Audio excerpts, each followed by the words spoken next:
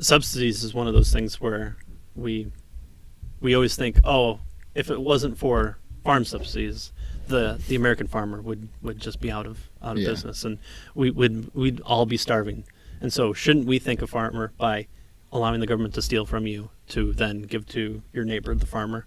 Well, I'd like to ask my farmer, hey, Farmer John, please stop stealing my money. Yeah. Well, and the government also comes in, and if the farmer, like, I've said this many times before, like, I know people that have a cherry farm up in near Traverse City, and if the yield is like too big that year, the government actually come in and watch them destroy the rest of their cherries they have up there because the government wants to control the price of cherries. Yeah. They don't want, God forbid the cherries cost like $1 a pound because there was a ton of good cherries that year. And the government's best idea for that too is that, one, the government shouldn't have any hand in it. The farmer should be able to sell all of his, or shoot, he should be able to keep them, give them to a homeless shelter. I don't know. Or realize that he overproduced cherries. Yeah. He's not getting the best price for his yield. So he cuts back the next year. Next year he's like, oh, half my field will then be peaches. Yeah. It's that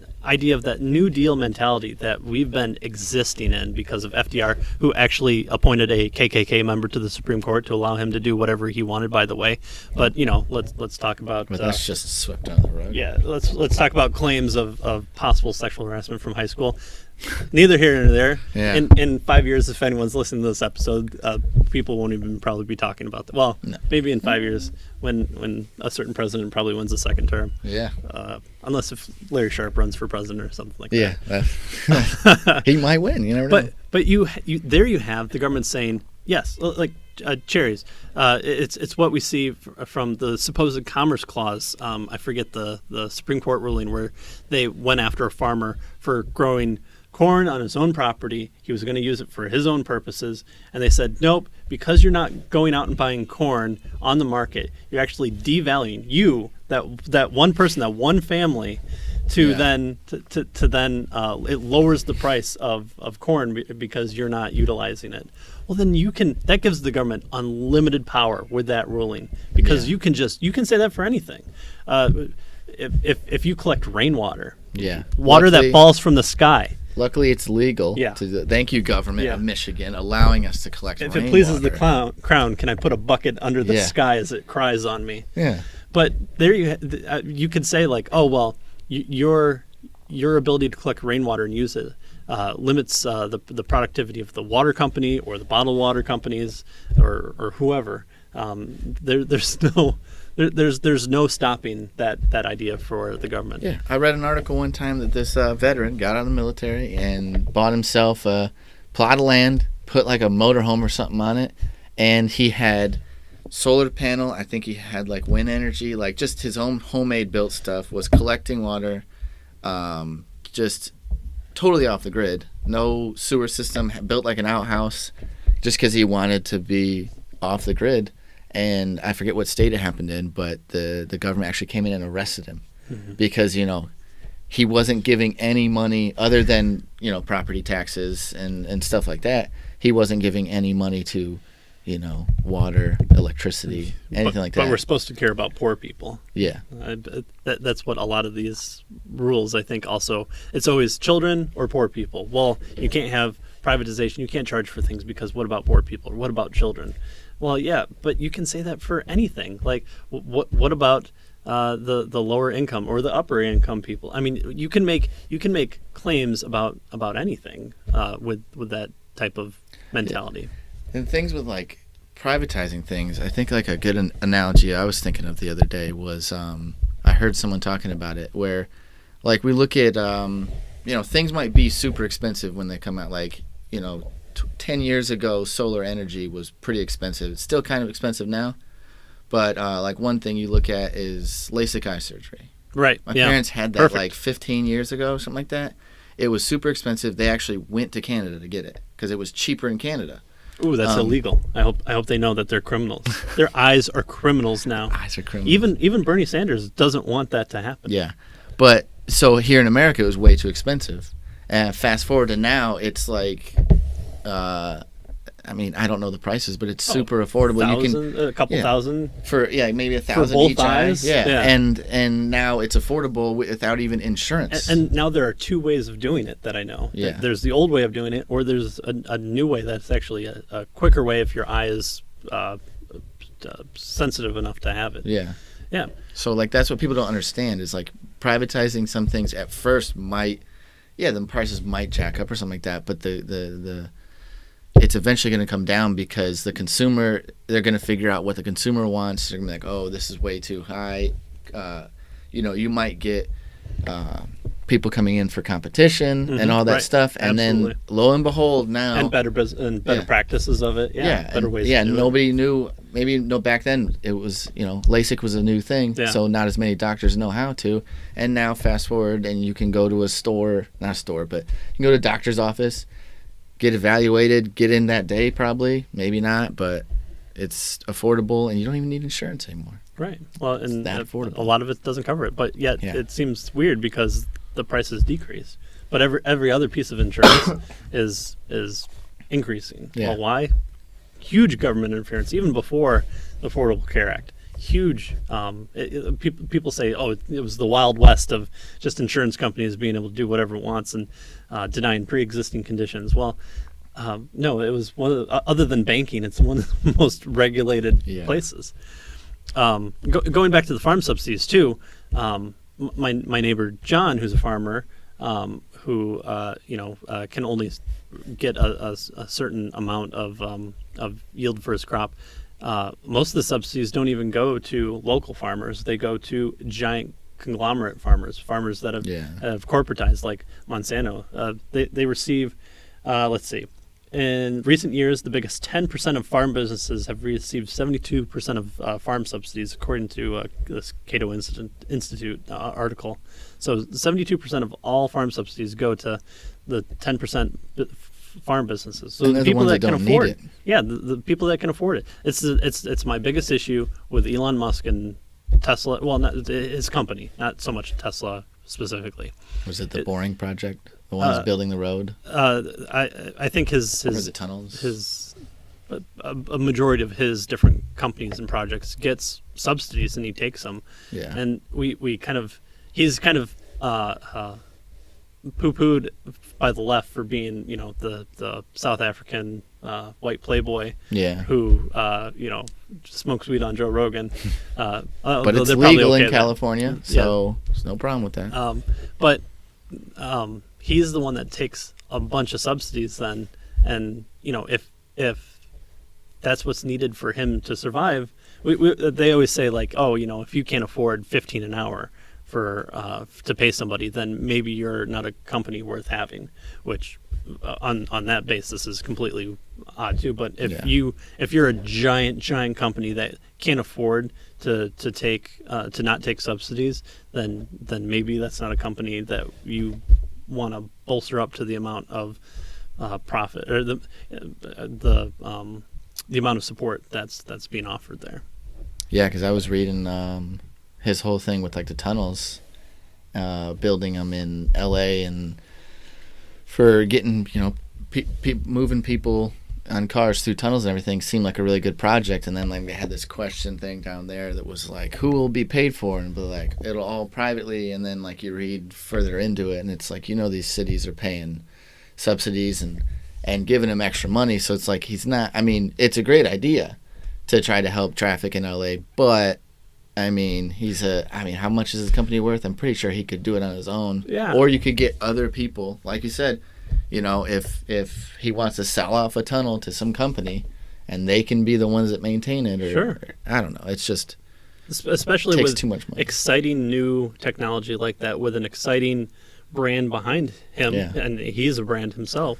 Who wouldn't want to have the Papa John's Papa John's tunnel? Papa John's tunnel, where there's no mention of any N-word anywhere. Yeah.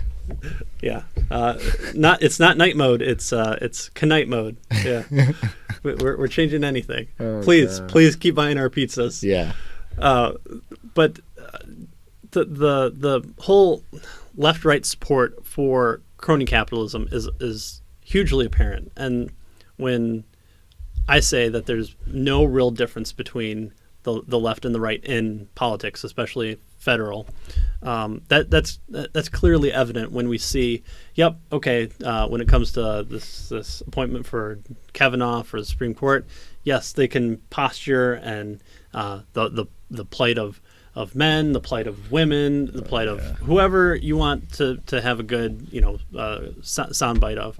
But then during that time period, you reauthorize the Patriot Act by overwhelming support. You have a giant increase in spending by $850 billion, almost $1 trillion, and it's like 85 to 15. It's just knocked out of the park. When both sides agree so much on something, that's the thing that you have to look at. Yeah. If it's not like if all we have to do is clap our hands 3 times and we've saved little Timmy out of the well, if it's something big like war powers or the ability to just tax more people and to inflate the dollar even more so that we're on the brink of collapse again. Yep. That's where you have to be scared of. And so I would charge that the left is not clearly thinking about their desire to have a large government come in, because who are the people that come and run the FCC or the EPA or the pick your 3-letter number, the FEC. Oh, well, here's Goldman Sachs. Oh, here's Asia Pajat or whatever his name is from the FCC. Oh, he came from Verizon. Oh, it's all these big name businesses that come in. Now, you can say that's where your talent pool you want to pull from. Yeah. But at the same time, and this is what I say about the Supreme Court, let's not put a judge on there. Let's put a farmer on there. There's nothing that says that it has to be a judge. It just says an appointment. Yeah. So let's put some common sense stuff into there. Let's just get your regular average American person to be appointed to there. Yeah. Let's get one to be like a judge that's a lawyer that knows the law and stuff like that, and let's just have regular people as the rest of them. Yeah. So he can be the one guy that's like, hey, this is the law. Should we change it? Yeah. Or this doesn't make sense to me. The farmer's like, yeah. This doesn't make sense to me. Why is this the case? Yeah. But you have all these large names of people. It's a revolving door process. The people from the government agencies, they somehow make really good decisions for large companies at the detriment to small companies, because even if they do a large push for regulation, well, who can eat those regulations better? Large companies, because they have more capital to spread around, unless if it's something just insane, and then we would have corporations fighting that. But then you also have, because Congress doesn't write the laws appropriately by saying here's the powers that are enumerated to you, the executive then carries it out. Because they fail to do the powers part, mm-hmm. the executive carves up as much power as possible. You have these things occurring, like whether or not you believe in net neutrality, which is stupid and shouldn't be believed whatsoever. But even if you said I'm in support of net neutrality, here's the EPA. Well, here's someone from Verizon that has come in that we don't like and hate, and he's made a decision that benefits Verizon. Well, then you also have the person that comes in and says, oh, hey, Verizon, I've done this. I've increased regulations. Your competing lower places are having a struggling time now, and we're even carving out incentives for you. If you expand a certain places here and there, we'll give you tax rebates or whatever it might be. Oh, what's that? Now I'm on your board of 105 people who are also at different places, and you're paying me a $100,000 salary. I mean, why is Obama, who was supposedly this marauder for Wall Street, being paid hundreds of thousands of dollars to go and give a speech to them? Yeah. Well, there's your kickbacks. I mean, it's what we saw with Hillary Clinton's foundation, the Clinton Foundation. You don't honestly believe that her foundation is just being given millions of dollars by all these organizations for the benefit of humanity, do you? No, absolutely not. It's completely out there in the open, and the only reason that it's not able to be viewed as that is because the legislation surrounding it doesn't allow you to look into it. You know, speaking of net neutrality, how are we even able to get this on the internet right now? Because didn't they Oh, the world exploded, didn't you Yeah, hear? the world exploded after the net neutrality. Yeah. When was that again? Oh, yeah, like this year? Yeah. Last year? We were supposed to be not able to get on the internet anymore. I mean, I'm paying for my tiers. $1 billion to use the internet after that, right? Well, and we must be rich. I mean, we'll definitely be splitting this into 2 different episodes, but should I change shirts first? Yeah, No, yeah. We'll turn them inside out. Yeah. We'll see New if you episode. Notice. See if you notice. Yeah, and for all the audio people, we'll Yeah. they get extra points. So net neutrality. So you have a large pipe that has a limited amount of traffic that comes down, right? So there, once again, you don't have an unlimited resource. Mm-hmm. You have a limited resource. Well, what do? You prioritize your traffic. So it's not happening now, but if it did, it's like, well, I want to be able to pay for a larger downloads or an upload speed. So I stream content to family and friends. I want them to have a better ability to pull that traffic in their download speed. I want to pay for more upload speed. Well, if they create tiers where I can buy better ones, there we go. I mean, what's the point of that? It's like when you go to McDonald's and they're like, well, small, medium, or large. Whoa. I want burger neutrality. Yeah. Everything has to be the same. It should be the same thing for everybody. Well, it's just like the roads. I mean, it's high exactly traffic times. It's exactly 5 like the to roads. 7 p.m. So just don't if that's you take a high traffic time for the internet and downloading, it's going to be bogged down. Well, maybe if you really want to download it or upload, or if you're you're YouTube or a streamer, then maybe you don't do some live things during these times, or you upload at 3 a.m. because it's gonna work faster and you're not gonna have to wait 5 hours. You know who supports net neutrality the most? Google. Google is the largest, and Netflix. They are the largest consumers of internet traffic. They use the internet just as much as we do because they're hosting their search engines on the internet. So they're using an ISP. They're not an ISP. Yeah. They're the ones that want to pay the same price that you and I want to Yeah. pay for. Think about it like a truck. A truck uses more space on the highway. It uses it gives more wear and tear. It has the ability to offset that cost more because it's hauling freight or whatever it might be. Why do you think that the people that supported this the most were the big companies like that? Yeah. It's because they don't want to prioritize the traffic. Nope. Not that it's happened, but it's the ability for the ISPs to then say to the big companies, you're paying a different rate than the household consumer. But the companies made it out to be they're going to attack everyone. Look at what it's like over here in India, and there's different tiers. Well, it's what everyone says that they want for TV for the past 30 years. I don't like sports. I don't want to watch sports. Please don't make me pay for the sports channel. Let me, pay a lesser amount to skip over ESPN, aka MSNBC Mini. But that wouldn't be channel neutrality. No. But there you have government setting policy over a private thing, and to say that the government created the internet is seriously flawed because it occurred between private people. Wasn't it what's his name? Al Gore? Yeah, Al Gore created it, right? Yeah, that's definitely the case. That's what the internet said. So therefore, it must be true. So yeah, net neutrality, and like I said, all these things we can talk about ad infinitum because the government comes in and you have to fight it from their perspective. It's a heads they win, tails you lose type of deal, because since they have their finger in everything, you always have to go, well, what's the government have to say about this? What are the legal ramifications? Not what does my contract say that I agreed to? if you had the ability to have tort reform and competing ISPs in Mattawan, even the power company has gotten into high-speed internet that are competing with another high-speed internet on top of also the regular internet people. So you have three competing companies, and guess what?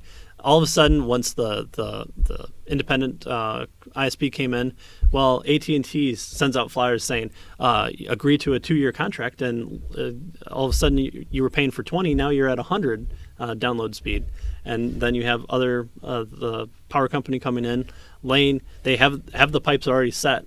They lay fiber optic in their tracks already and run it to everywhere. So there you don't even have that idea of like, oh, well, doesn't this only benefit the customer, the poor people? No, they ran it everywhere in the hopes that they can obtain traffic, and understanding that it's going to cost them more in the end to say, well, this house wants it on this street, and it's the only one out of 12, but instead of cost, whatever the cost is to run a single line down there, they run it to the other 12 houses as well in the hopes that they get them on board too, because then you have the ability for the neighbor to say, we can just hit this button and you get internet. Right. If you buy it through us. Yeah. So there you have a corporation doing what's with a limited number of resources, with an understanding of looking towards things in the future, where the government is only there for 2, 4, 6 years, and things are set to expire. Like this whole thing with tax incentive is like, well,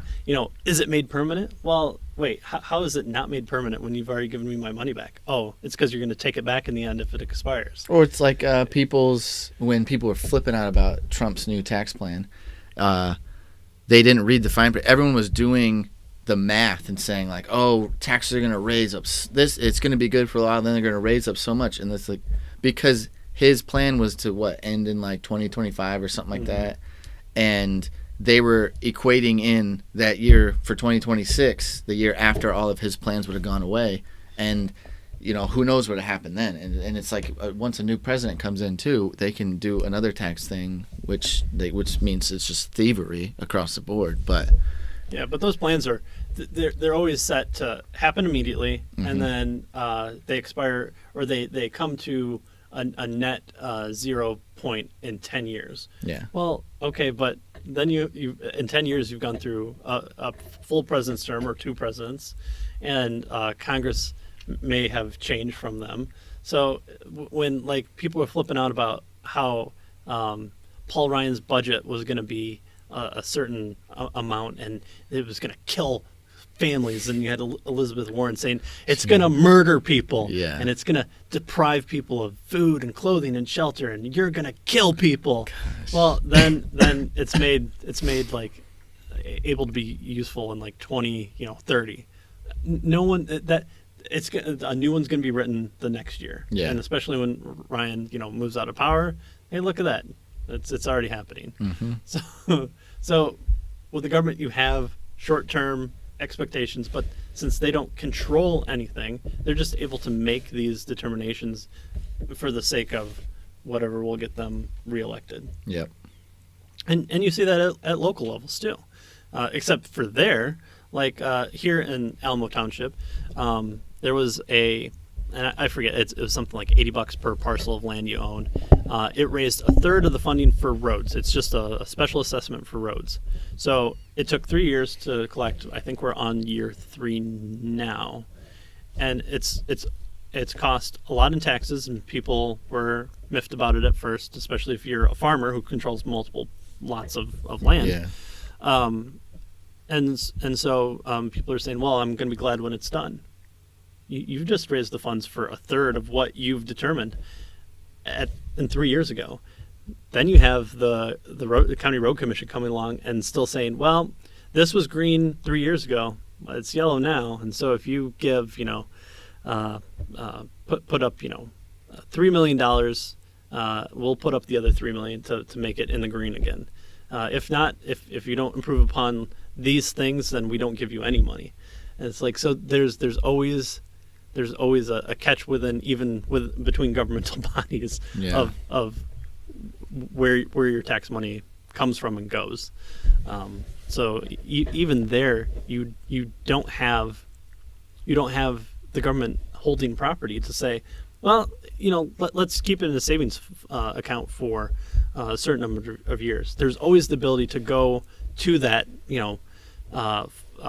fund that they've dumped the profits, the aka surplus is what they call it. I call it profit. Yeah. From last year's budget, and let's pull from it. But take out a couple zeros and put it in your bank account, and there you have. Oh well, do I pull from that $1,000 emergency fund for going out to eat with my friends? No, it's an emergency fund. Yeah, it's your emergency fund. You don't touch it. It's in for me case to of live. Emergencies. Unless you want to go on food stamps and be supported by everybody else. I have a giant hole in my roof now. Maybe I'll pull from my emergency fund. I mean, there's that, and the fact that 70% of Americans don't have at least $1,000 in their bank account for an emergency fund is scary. Well, yeah, and that's another problem with the government with like Social Security and everything like that. Oh, we need Social Security and from the 20s. Yeah, and we're paying, And I was talking with somebody about this the other day, and they're like, "Well, yeah, so." But it's like I paid into my whole life, so why shouldn't I get it and everything like that? And it's like, yeah, that's cool and all, but you should also, especially nowadays. Like I understand in the 20s maybe because, the Great Depression hit, people were hit pretty hard. Maybe the people then needed a little something for their retirement to still live. But nowadays, like pretty much every place has 401ks, and like you should know that you need to start saving for your retirement yourself and not rely on the government to give you a paycheck once you hit 65. And the fact that it's politically motivated, you have people living longer than they did back then because surprise, surprise, when you eat better, you live longer. Yeah. We've done away with the food pyramid, which was another government invention that was bought by large businesses that had industry a hand. Yeah. That's why you ate so many 8 to 10 servings of grain a day. Eat all the bread you can. Just stuff it. Made by bread company. Yeah. Yeah, the got milk, osteoporosis. What's the best source of treatment to fight osteoporosis? Well, we all know this. Oh, it's almonds. Mm-hmm. Oh, it's something that's not even produced by the milk, Big Milk. I mean, it's Big everything. It's Big Milk is the one that drove those campaigns. By the way, milk, 2% milk. What's the other 98%? Yeah, I don't get it. That's why Water? Vitamin D milk. Yeah. We're the only species to drink another species' milk. That's because we've overcame that and we said, that's good milk. I like it. Yeah. That's why, like, when the vegans and all, like, we're the only species to drink another one's milk. It's because it's good. I like it, so I'm going to drink it. Like, sorry that, a monkey hasn't figured out that, the cow's milk is good. Or, I don't know, any other species. The wolf isn't keeping cows as pets because they're like, hey, I like this milk. I like another part of the cow. If wolves, they're great hunters and everything, but they would realize if they just kept their own herd of cows and took care of them, they would have food all the time, which is what we've done. Huh. We don't need to hunt So you're anymore. saying that there's a limited resource that when you have a private vested interest in that resource, then you're more likely not to kill the complete herd? Yep. Oh, man, that's so weird. Well, and when it's not regulated by the government and everything like that, I'm more you likely have to kill take all care your of cows because then you're not buying cows on the open market. I'm more likely to take care of it because you're not going to see those flyover shots of the government, decided, regulated cow farms where it's just brown. There's no green patches. You get the private companies that are selling it, maybe even locally, but one just wants to take good care of their cows. It's nice, green, and luscious. Well, and I was going to say, I'm surprised the government hasn't done that with children, but we see that in China. It's because China believes that they control you and its people. Yeah, you can't have certain more than two. More than one child policy. Oh, wow. Because there's so many people. Well, they're in spaces too. There's not many people in Western China. But look at Japan. Japan is a way smaller landmass, so much so Way. that they tried to take over China in World War II. Yeah. so much smaller. Well, they built up. They have a lot of children. In fact, they're replacing their aging population with children better than any Western country. I don't know if that's completely true across the board, but I would say in general.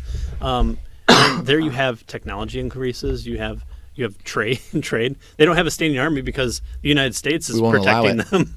But Yeah. it's the United States that are protecting them. Well, yeah, and I think it's still the treaty from that was signed back in World War II. They're not even allowed to have Right. an offensive. They They have can police. they have a defensive force, and then we have a bunch of bases over there Yeah. that we man. There's our subsidies for even other countries. Beautiful country though, Yeah. So Okinawa. But you have Japan or China that says, well, there's a limited number of resources. We, as a collective body, are controlling that, and crap, we're doing a bad job with it. And there's really no reason to innovate, except for businesses that have to operate under Western schemes to say, well, because that's what people claim. It's like, well, China's not really communistic, and not that it's communist, so socialist, let's say, for the sake of our words. So it's not really a true socialist nation because it's got essentially a free market for big businesses. Yeah, but they have the ability to harvest organs from prisoners. Like, I'm sorry, but if you allow me to keep $1 but not my kidneys, I'm going to say that there's not really a full free market in there. Now, if I wanted to sell my kidneys, which is illegal here, Yeah, we should be able to. because why? Poor people and children. Yeah, Poor people would just deprive their entire body. Well, that's their choice. Yeah, but except you need a certain number. Yeah. Like what are you going to have? You're going to have like part of your liver. You're going to have a kidney.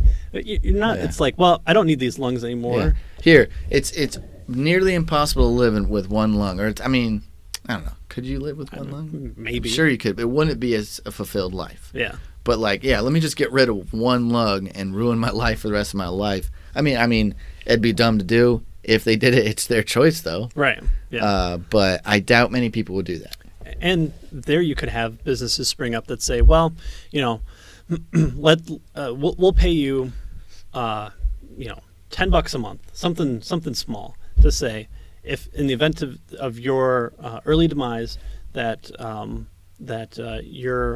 you're brain dead or you reach these criteria for your life, because if you die and you're an organ donor, they can't use your organs. It's got to be a live organ. So that's why ultimately organ donation kind of kills you. Yeah, unless you go to medical as a cadaver. Yeah, I mean, it's something like that. But you have a company that says, we'll pay you $10 a month to sign over your rights upon completion of death. There's where your incentivization for organ donation would go through the roof. Other than the nasty lady who gives you permission to move about the country in an automobile to say, do you want to be an organ donor? No, because the regulation of hospitals allows the doctors at times to make the final determination whether my loved ones to kill me and use my organs. So no, thank you. No, thank you.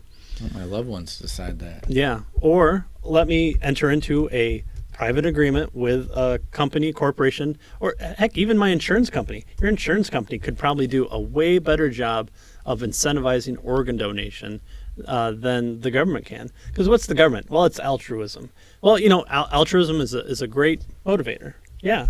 But then on like the thing that I just gave, let's say it's not even true. Let's say I made up that the doctors really have the ability, and I'm saying this as doctors who are not operating on good faith, because I'm sure that not all doctors are butchers. Yeah. Let's say that's not even the case. I believe that. Well, the incentivization for me is, well, yeah, that might be the case, but my family could really use that $10 a month more for whatever it might be, for put in the kids college fund. Well, there, you've just incentivized me to go, well, that's plus altruism. So then I can say, look, I'm a card carrying member to have my organs harvested upon my death, and I give $10 a month. And then what I say is, hey man, I hear you're light on funds. If you want to get paid $10 a month, here's this service that I use. Yeah. Other than just Well, Matt, you should let people use your organs after your death. I just found I just looked up the price for a kidney. Oh, and that's why we have children. I found out how we can end homelessness in America. Oh man! Granted, the price will go down because the number we open of kidneys, more public parks and just not arrest people. Yeah, more kidneys will flood the market, so the price will go down eventually. Mm-hmm. But this is the price right now. A kidney can fetch $262,000 a piece. So you just pop one out, and if you're a homeless person, you pop. I mean, maybe your kidney won't be in the best health, but the doctors can determine that, whatever. But you pop a kidney out, all of a sudden you've gone from no money, you got a shopping cart, maybe you got a backpack full of your items that you have left, and now you have $262,000 in the bank. Or you're about ready to be homeless. Done. You sell a kidney, or even the future of a kidney, with the stipulation then that whatever service is paying you says, okay, you have to keep a certain amount of physical exercise, a certain amount of dietary needs and restrictions, and you have to get tested once a month. Yeah. Well, okay. This just goes to show, since the government makes it illegal for us to be able to sell our own organs, it just goes to show that the government themselves are the problem with the homelessness, and they don't care about us people. And they don't care about the homeless people, or else they would make it legal for you to sell your organs. I mean, there are places within, because you can only do it now in the black market, and that's illegal, and that's just the government. Dark web. The government again is just feeding into illegal activities. Yeah, the war on kidneys. yeah. You have the next Al Capone out there shooting up his Tommy gun for a collection of people's hearts. Yeah. Well, a heart can get $1 million, but then again, you're not alive. So. Well, a liver, $557,000. Matt, I mean, you're a single guy, aren't you? Yeah. No one will miss you. Yeah. I think I'm gonna go turn off the camera here. Yeah. One heart coming up. You can bypass that. Or what if that type of market increases the amount that people look at to have like artificial hearts? Mm-hmm. Well, then, let's say that you want to sell your heart for someone that can't take a artificial heart, but you can have an artificial heart replaced. Yeah, you could take the artificial heart, they can't, so you say, hey, let's swap.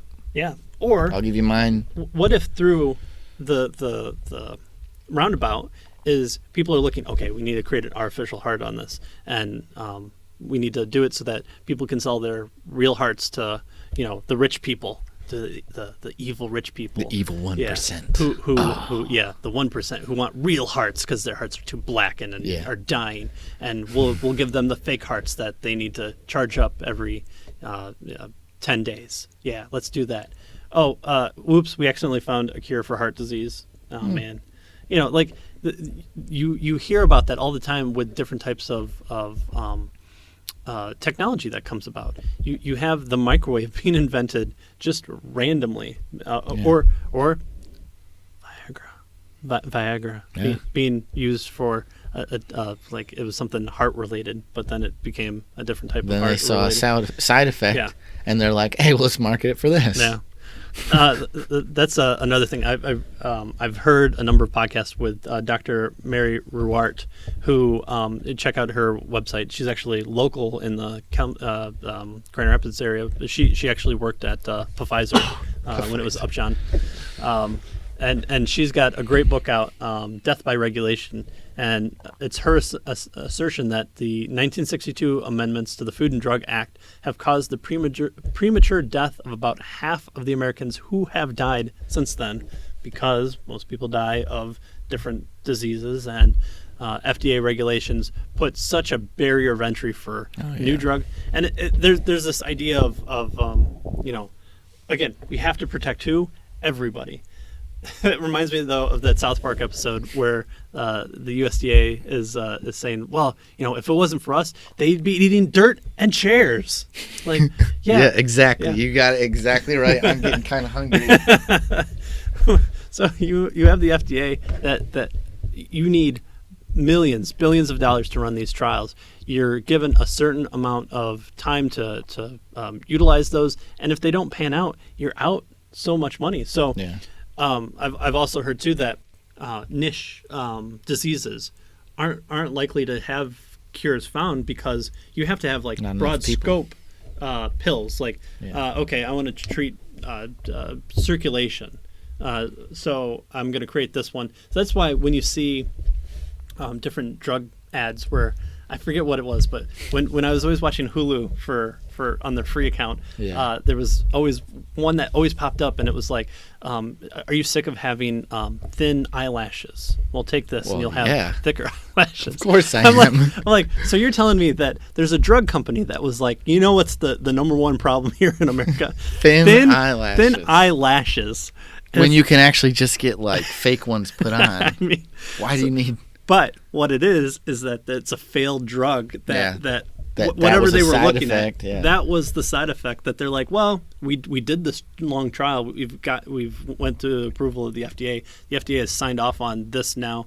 What are the side effects? Well, it stops, nothing. It causes some eye hair to grow. It's anal leakage, suicide effect. They're like, whoa, hold on, Eye hair to grow? eye hair to grow? That's it. Get the models. Yeah, we're get running the models. commercials here. We'll just say the anal leakage and suicidal thoughts Quickly? really quickly, Yeah. and we'll only have it pop up on the screen for a second. It's how I listen to audiobooks. It's just 2.5 times speed. Well, and like another thing with the FDA, just the massive amounts of regulation they have is for cancer. I was watching a documentary, so I don't know if it really works, but it was in the documentary then, and it was interesting. Is that because people take chemo. That is the only legal thing you can do in America if you have cancer to try to help it. Well, chemo is known to go in and just not only kill the damaged and bad blood cells in you, it kills like everything in you. There's a place in Mexico that blasts massive amounts of vitamin C through your blood. That supposedly goes in and only kills the bad blood cells, doesn't kill all of them. It targets the bad blood cells, the diseased ones or whatever, and kills those off. So theoretically, if this is actually proven to work, it would have all the good effects of chemo and none of the bad effects of chemo.